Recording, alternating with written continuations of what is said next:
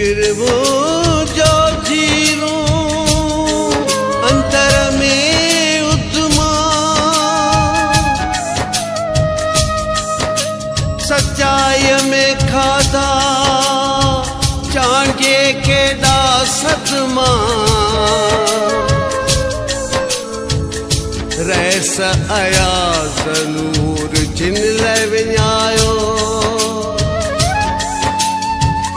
जख्म ज़ालिमन जा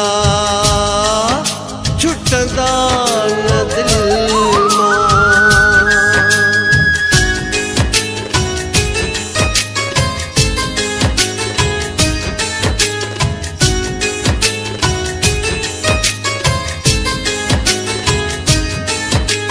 जैसा कई मुँह आहे चंगाई खयो मुझे खेसान होई पेर कढी वियो फिरी मुझो दुश्मन थी वियो होई पेर कढी वियो फिरी मुझो दुश्मन थी वियो राह ॾेखारे मथे मुआणे कराई जंहिंजी सुञाण होई पेर कढी वियो फिरी मुझो दुश्मन थी वियो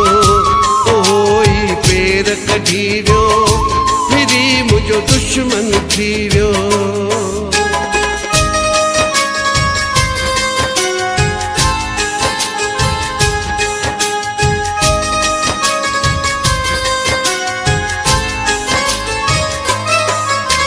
हथ खां वठी जेके मां यारो घुमण फिरण सेखारियो हथ खां वठी जंहिंखे मां यारो घुमण फिरण सेखारियो लफ़्ज़ लफ़्ज़ लिखराए ॿुधाए प्यार मज़ा पढ़ायो पढ़ायो प्यार मज़ा पढ़ायो जिन लाइ जागी रातियूं कटियूं मां जिन लाइ उजाड़ियो पाण उहो ई पेर कढी वियो फिरी सो दुश्मन थी वियो होई पेर कढी वियो फिरी मुझो दुश्मन थी वियो।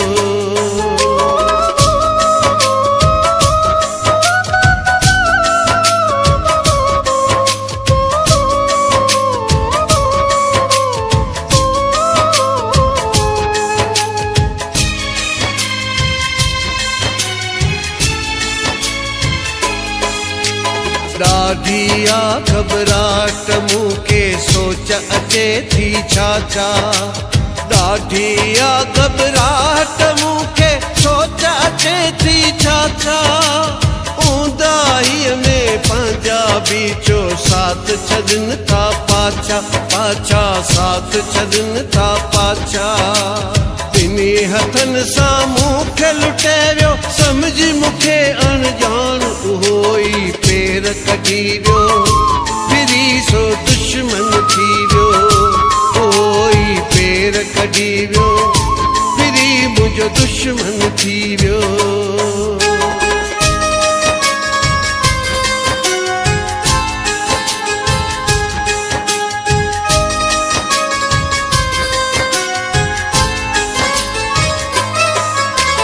सबको चांगे जो साथ छॾे वियो बहादुर जो अल्लाह हो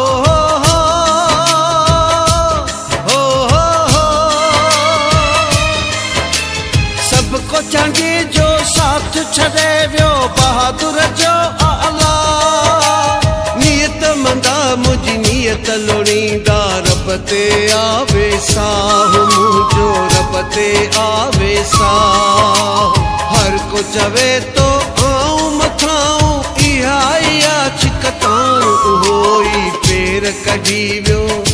फिरी मुझो दुश्मन थी पियो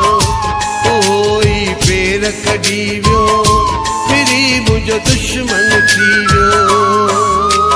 जैसा कई मुँह आहे चंगाई खयो मुझे खेसान उहोई पेर कढी वियो फिरी मुझो दुश्मन थी वियो होई पेर कढी वियो फिरी मुझो दुश्मन थी वियो राह ॾेखारे मथे मुआणे कराई जंहिंजी सुञाण उहो ई पेर कढी वियो फिरी मुझो दुश्मन थी